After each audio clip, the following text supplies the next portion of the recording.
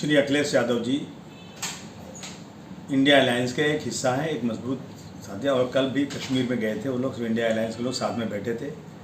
वही India alliance जो महाराष्ट्र में महाविकास आघाड़ी है उसके हम हिस्सा हैं। सिर्फ हमने जो ट्वीट किया, हमारा सिर्फ ये मकसद है कि इंडिया अलायंस में अगर हम शामिल हैं तो हमें बुला करके जल्दी सीटें का बंटवारा हो जाना चाहिए।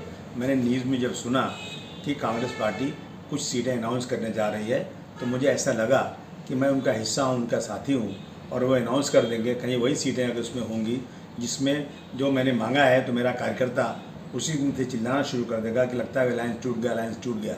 इसलिए मैंने कहा कि हमें कॉन्फिडेंस में लेकर अनाउंस कीजिए। हमने 12 सीटें मांगी हैं। हमारी एक मीटिंग हुई थी इसमें महाविकास आघाड़ी में और मैंने जिन सीटों की बात की उसमें कोई अपोज नहीं हुआ था। लोगों ने अच्छी तरह बातें सुनी, मुस्कुरा के हंस के बातें हुई थी कि कुछ सीटें देने में कोई एतराज़ नहीं है।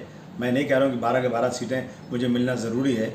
जिन सीटों पर सीटिंग हमारे साथी हैं, जो पार्टियां कांग्रेस हो या जो है राष्ट्रवादी आदरणीय शरद पवार साहब की हो या आदरणीय उद्धव ठाकरे साहब की शिवसेना हो, उन सीटों पर मैं मांगूँ तो मेरी गलती है ये।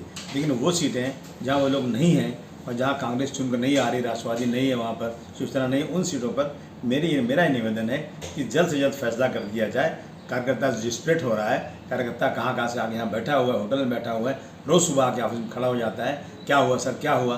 तो इसलिए हमने कहा था जल्दी से इसका फैसला हो जाए ताकि हम लोग काम शुरू करें।